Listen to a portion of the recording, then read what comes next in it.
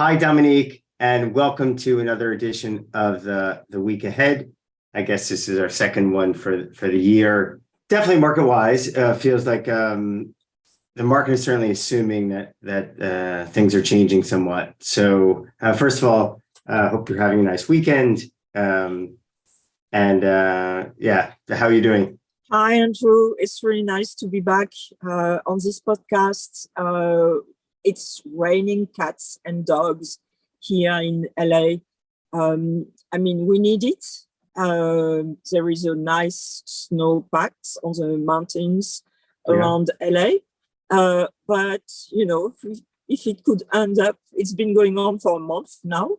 So if it could end up pretty soon, I think we probably have enough in the reservoir. Right. Yeah. That would be nice too. Despite me being in London, I am still excited to, I think the first playoff game, the Niners and Seahawks, actually both West Coast teams, but I think it's in San Francisco. And I think they're saying San Francisco is also a lot of rain. Well, I am very fortunate that the citizenship exam in the US does not include football because I probably would have failed. My knowledge is very scant, but I would imagine that this sort of weather doesn't help with outdoor sports. Definitely not. Yeah, exactly. Well, I guess speaking of inclement weather and gray skies, let's kind of dive into obviously the data over the past week, Fed officials' comments as always, and of course the market reaction. Kind of what were your big takeaways this past week? Sure. So, we had one crucial data point, which was CPI, which was in line with expectations, consensus and mine. I think, inflation is in remission at the moment because basically energy prices are pulling down core inflation. What's happening is that when inflation is high, core and energy become correlated. So we have this big decline in energy prices. It's pulling down everything, wages, the CPI. But I think, unfortunately, it's just a remission. I don't think inflation is gone for good, essentially because there is so much capacity pressure in the economy that if once energy prices rebound, I think it's going to trigger a recovery in inflation. I would say what was particularly interesting to me in the CPI was shelter costs, which are continuing to accelerate. And that's why when one of my points of disagreement with the market, if you look at the data for the past 50 years, you can see that, I would say since the 1970s, 80s, shelter costs and real estate prices have completely decoupled. Real estate prices have become much more volatile. And shelter costs have been really driven by wages or the correlations with wages. And if you look at residential real estate prices, the crazy thing is, Andrew, they are recovering. In October, November, which are the last two data points we had, there was a month-on-month increase with, I believe, the FHFA index.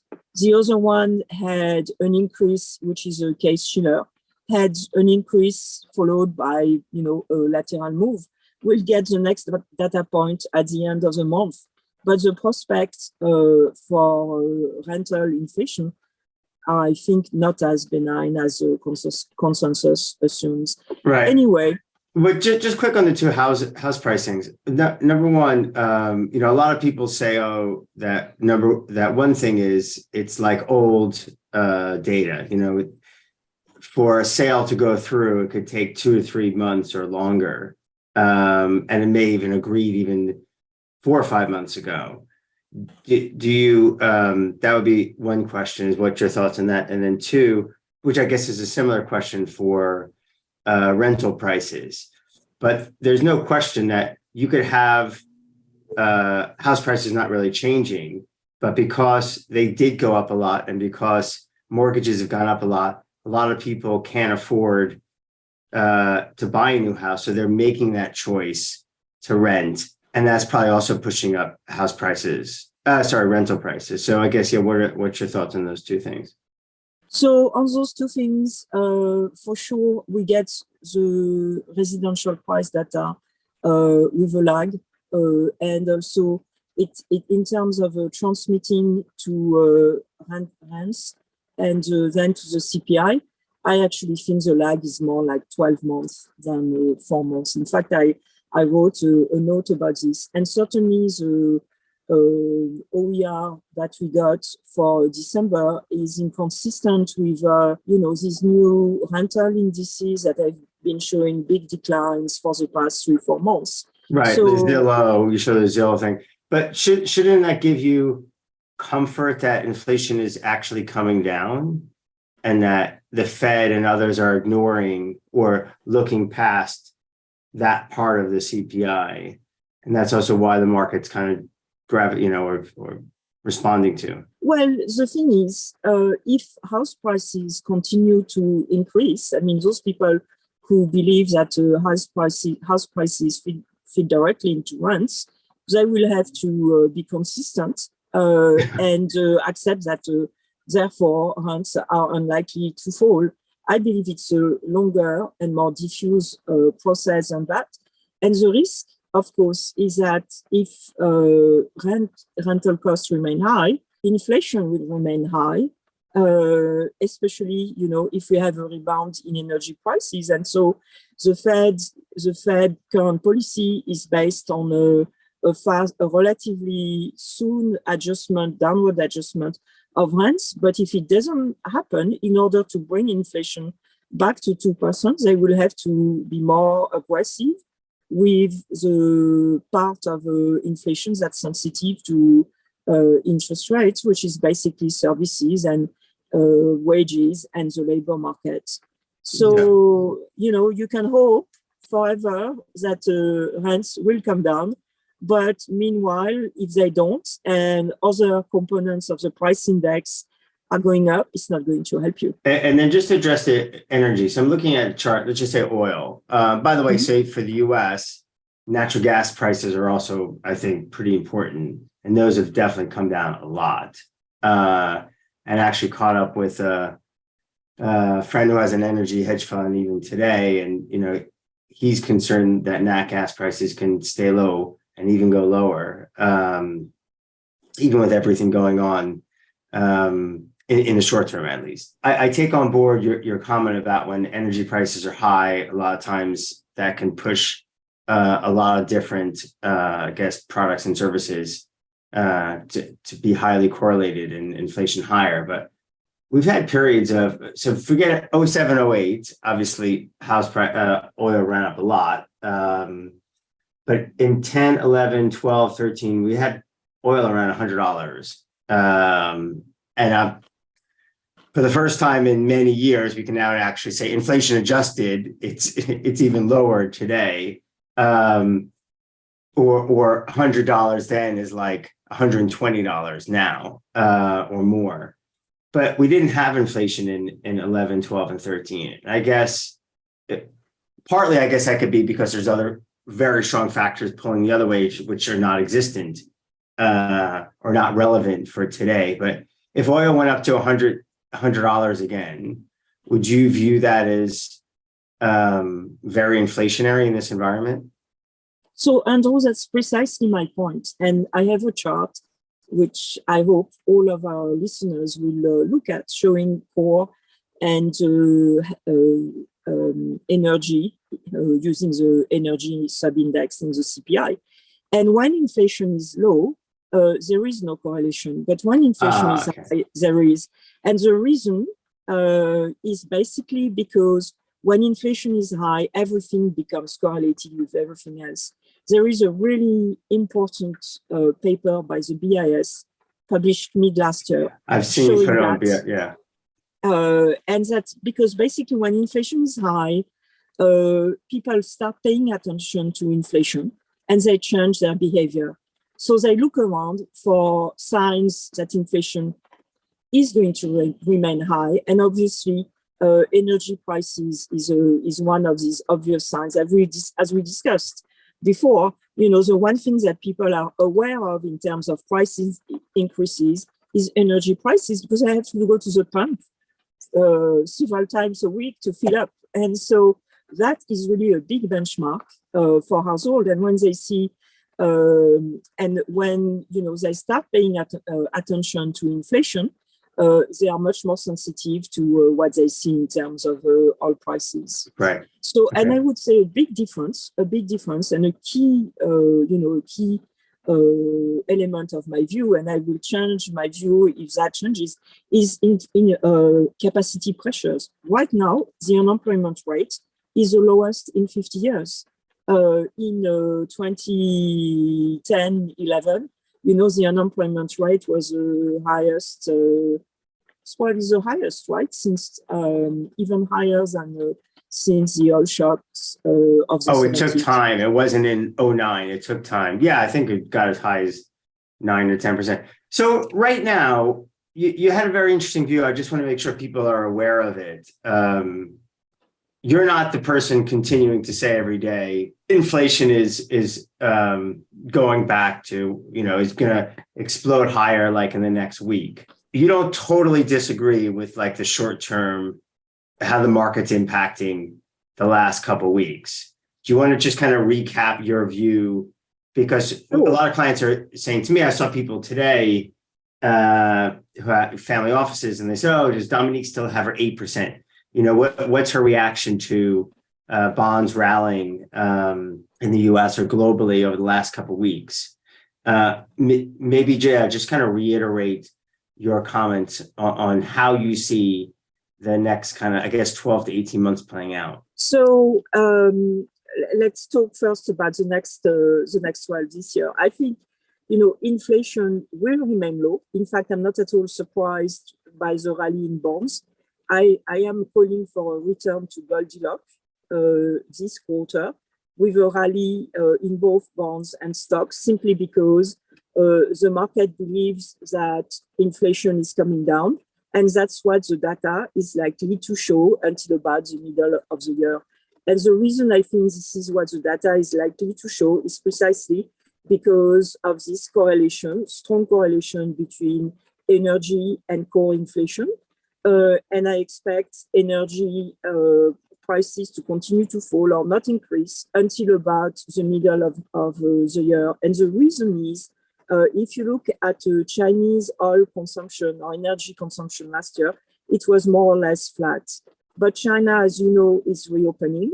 And right now it's going through the sort of, difficult, bumpy phase of the reopening with a spike in infection because the zero COVID policy means there was no collective immunity that was built. But China is going to get through that. And please, I don't want to sound heartless. We're talking about real tragedy here. Yeah. Needless death in large numbers. However, just looking at it from the perspective of an analyst figuring out what's coming next in terms of economics. So we're going to have reopening, the consumption of Chinese consumption of energy is going to recover. And I believe it's going to be a trigger for an upward adjustment in prices, because the long-term trend here is that we are having underinvestment. We've had 10 years of underinvestment in legacy energy, in my view, largely because the transition is being mismanaged. You have governments that are responding to short-term voter pressures to go green, even though we don't have the right. We know that's inflationary. Yeah. And another wild card, of course, is what happens with Russia. So far, the sanctions on Russia have actually lowered oil prices, in part because Russia has had to give price cuts in order to get into non-traditional markets. Also, the cost of shipping outside of these, shippers who are legitimately registered with Western governments. Insured. That has gone up dramatically. So Russia has had to cut its oil prices. We have a new set of sanctions coming up. Let's see how China reacts. As I said, it's a wild card. The factors that I feel more confident about is a recovery in Chinese demand. Yeah. And yeah. I was just going to say, that's great. Thank you. And I think some of it is showed that some of that market kind of anticipating is happening in base metals, but probably less so far in oil. But the other question I want to ask is some of the data, certainly in Europe, has been coming in probably stronger than the market anticipated. And I know your view still is that fourth quarter GDP in the US will also show, a decent amount stronger than the market predicts. Let's say the US and Europe grow at something like 1.5%, 2% for the next 6 months. Can inflation continue to come down in that environment, or because the labor market is so tight, you're going to see wages head much higher, even in the next 3 to 6 months? So Europe is not my expertise on my biggest expertise, my strongest expertise. But I would say this decline in energy prices that I'm talking about, it applies to the whole world, obviously. I mean, okay, so you think that's that'll be one of the core drivers more? Yeah, and I think that's why we are seeing a decline, a slowdown in inflation worldwide. But I also think what is common to the world is central bankers' distorted perspective, in the sense that they've had 2 decades where, or maybe more, where they were trying to bring up inflation. And they, I think they're still very much thinking that high inflation is temporary. And I think that's led them to underestimate the amount of tightening that will be necessary. So I think you have monetary policies that are still generally very loose. And I'd say the same thing about fiscal policy. I mean, look at what is going on in the US and look at what's going on in Europe. They want to have these green transitions. They don't want people to pay for it. So, hey, free money, government. That's a big part of it, is that governments are continuing to spend. And but that's a good segue into the week ahead. And I guess one of the key things, let's talk about from the political angle. What's your kind of take on kind of the budget impasse and what risks are that? There's no chance that what was agreed gets restructured, right? Or there is? Well, there is a chance, but it will. So we've had a budget signed into law by President Biden on December 29. I believe that budget applies until September, which is the end of the fiscal year. So we're going to have the usual brinkmanship that comes with debt ceiling increases when White House and Congress are different colors. It looks like the crunch time, based on Secretary Yellen's letter that was sent on Friday, I believe, is around June. So if we have an agreement, it's going to come around, we will have an agreement. It's like nuclear war. It's MAD, MAD, mutually assured destruction. So it's, we're going to have brinkmanship as usual. And personally, I'm kind of getting tired of it, but it looks like the media don't, possibly because it's a good source of clicks. But so, the bottom line, so when is the point that it starts becoming a real issue? So it's in June. So at the end of Q2. So I think. So not now. If there is a deal of expenditure cuts, which frankly would be good, depending on how it's applied, but from a macro perspective, we have more expansionary fiscal policy when unemployment is the lowest in 50 years. It's crazy. So it would be good. They have a point. I think it's more likely to apply to next fiscal year. So this fiscal year. Okay, so I'm just reading your note that everyone will be able to read. We're saying the U.S. will reach the statutory limit on its debt on January 19th, but that in itself is not a significant issue. No, because what happens is that you have the so-called emergency measures where basically the Fed, the Treasury replaces the debt that is in the government pension fund with debt that's not subject to the ceiling. That usually gives you about 300 billion or so. The kitty, I mean, the Treasury General account at the Federal Reserve, which is about 400 billion. And that's why Secretary Yellen said that the crunch would come in early June, even though the statutory limit will be hit this week. Okay, and let's move to Fed speakers. I'm still, I think of you every time as like something comes out, the stock market starts rallying, and like immediately the hawks are like, oh, we're going to do more, we're going to do more. But like, it's almost becoming like a bad strategy because they're like thinking they can immediately talk down the stock market, and the stock market is starting to kind of see through it. And I feel like it's coming up with like a bad, negative feedback loop. But by doing like it's kind of destroying credibility because number one is the Fed all along has often said, well, the real economy and the stock market is not the same thing. We need to slow the real economy.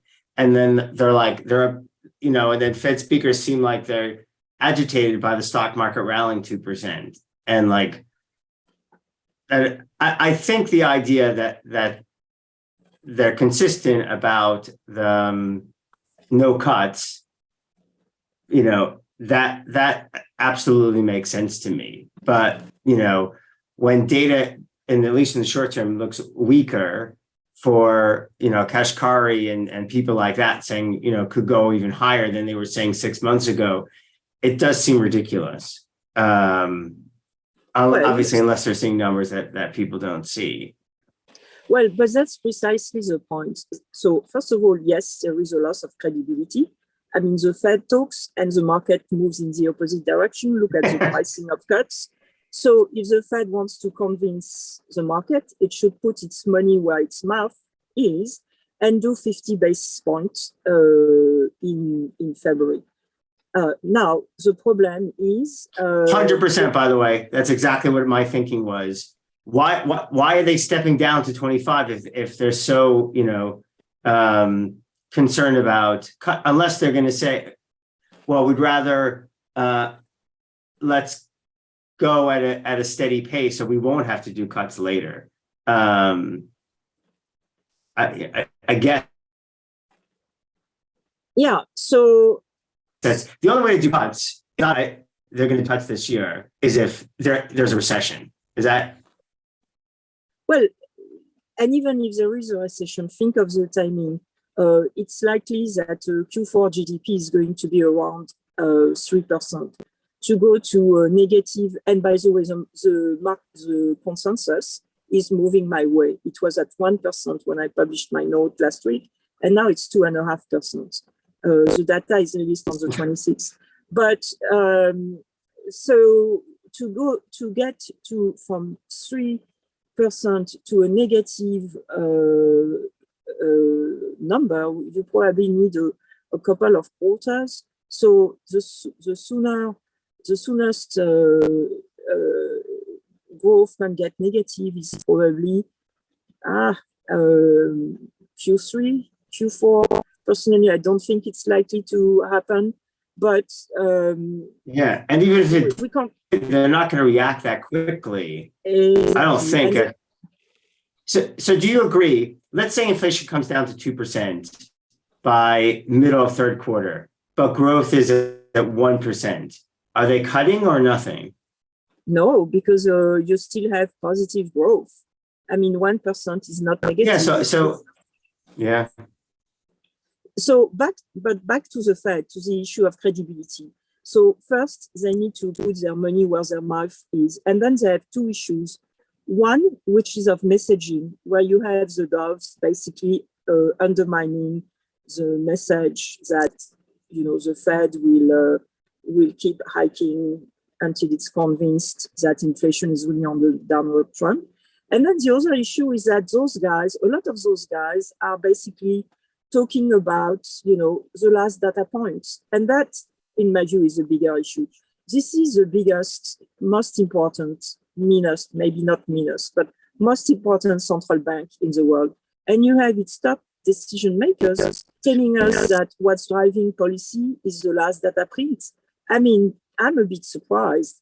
They should have a model which gives them not a point estimate for inflation because in a month or 3 months, because that is unknowable.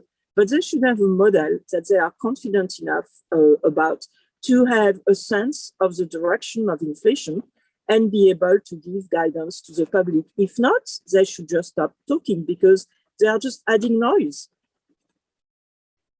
Yes, sorry, can you say some of that again? Because I think my Wi-Fi, I'm trying to close some of our windows, but you were saying. So I was saying the credibility issue of the Fed comes from two reasons. One, you have the doves that are undermining the overall credibility. And the second one is that the Fed doesn't convey that it has a medium-term model which it's using to understand where inflation is headed. To the contrary, we have the Fed president like last week. So most of them were talking about how the last data prints, CPI print, would basically drive their decision. And this is crazy because... Crazy. Yeah, I mean, whether they agree with me or not, they need, this is the most important central bank in the world. They have 200 plus PhD economics working there. They need to have a view, a medium-term view on inflation that is based on some model. It doesn't have to be super sophisticated. It doesn't have to be, you know, what is it called? Computable, stochastic, general equilibrium model. No need for anything fancy schmaltzy, but a model. You can't base your decision on where the last data print is coming It's out. a great point. It seems so obvious. You know, they could just say, right now, our models are predicting that inflation will end the year, core inflation will end the year at 4%. For us, that's too high, and certainly too high to cut. For the market to be predicting any cuts. If they said that instead of reacting to like 1 or 2 data points every week and having to make comments about it, yeah, it does seem ridiculous. Well, it just adds to noise. It just adds to market noise because yes, and if you can imagine if you were, I guess if you're a business owner and you're thinking about expanding or taking out a loan or, you know, or where the economy, it doesn't instill a lot of confidence. But anyway, it's a great point. That's actually a longer conversation, which we definitely should dive into. So on the data points, because they are so data dependent, whether they should or should not. What do you see as the big data points, and is your view any out of consensus on any of them? I mean, no, I'm okay with the consensus. I mean, the big one for the week is, of course, retail sales. The consensus expects basically no change once you exclude oil and cars. Makes sense to me. We have an ongoing substitution of services to goods, which is still, you know, showing how the impact of the pandemic is still with us. So this one is fine. The one I'm really interested in, Andrew, is the PPI, because we had a big surprise in import prices excluding oil. And and that surprise was across all categories. And as you know, I've been saying for some time that there was an improvement in global supply chains, but we kind of reached the end of it. And so I am wondering, I'm not drawing any conclusion because I'm not going to base my view on one single data point, but I'm wondering if we've reached that point where the supply side improvements have ended. And so obviously import prices, PPI, they are not synchronized. The PPI tends to reflect import prices with a lag, but still it will be interesting to see if we also have a surprise. Otherwise, we have a slew of data on residential real estate, and there, you know, the consensus is for a decline in transactions. We don't have prices, but basically, in a way, the more important aspect of this will be if the sales of existing single-family homes, which I think we get on on Friday, if this implies a continued decline in listing, because a decline in listing is exactly how the market is adjusting this time around.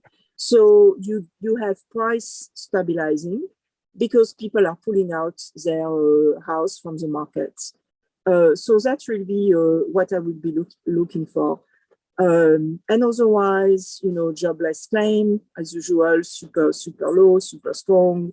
The PMIs from the New York Fed and the Philly Fed, markets see some improvement, but to be honest, we've already had PMI from the ISM, the Institute of Supply Management, in manufacturing. It's not good, so it's kind of taking the wind out of the Feds, regional Feds, PMI. And industrial production, small contraction. What do you expect? We've had like the biggest real exchange rate shock since the 1980s. So in a way, to me, the data I'll be looking at the closest is the PPI this week. Right. Okay, that's great. And I'll just do a quick recap for some of the interesting pieces, certainly for our professional clients, if they haven't gotten a chance to see Bilal's macroscope, which this week and in focus is the BOJ, and will they widen the YCC or will they just abandon it? A lot of different views of. There certainly is a lot of pressure on them. They've clearly been buying a lot of bonds, I guess, the last week or two. But what impact that can have on the global bond markets as well, and that could also be interesting. Certainly, I guess on the longer end, that is certainly a very interesting thing. Henry's Global Rates Weekly focused on Europe and our call for steepening in the UK. And actually just generally higher bond yields, mainly in the periphery in Europe, kind of following a lot along your lead. We don't talk about it a lot, but we do. For people who don't see it, we have a really interesting group and diverse group of very sophisticated investors who participate in our Trade Ideas survey every week. And recent trends are moving, certainly over the last week, more towards bullish equities, as equities have been rallying the last few weeks. And also more bearish dollars, which we pretty much agree. Probably more versus emerging markets, which I also would personally agree. And certainly kind of Bert and the guys in emerging markets, and certainly the focus on Asia has been some great calls in kind of bullish Hang Seng, and also kind of bearish or bullish CNY versus the dollar. And then for Prime, we released Bilal's piece on the details of what can happen in private equity, why we see that bubble bursting. And even if you're not, as an investor, directly invested in private equity, the knock-on effect that can have on the markets is massive, because it's such a big part of insurance companies, pension funds, endowments, portfolios. At a minimum, and that can force potential selling in other markets or liquidity events in other markets. John Tierney does a very interesting piece on credit, looking at corporate bonds, and the corporates, even in a slowdown, are continuing to be a lot. And your agreed with you, which is they're in better shape, much better shape than any other recession we've seen in a long time, if we do enter recession. And the last thing is we announced a very interesting partnership, which we hope to grow with Pivotal Path, which is a hedge fund analytics database company, which looks at hedge funds returns across different asset classes in comparison of correlations to the underlying asset classes, can look at things like style drift, and also like detail like different sectors, driving forces behind performance. And they also do some very cool stuff on the indices stuff. And that could be something we're going to look to grow, certainly for kind of our ultra high net worth and family office and allocators, clients over time as well. So for me, that's it from me. I don't know, any other parting words or anything?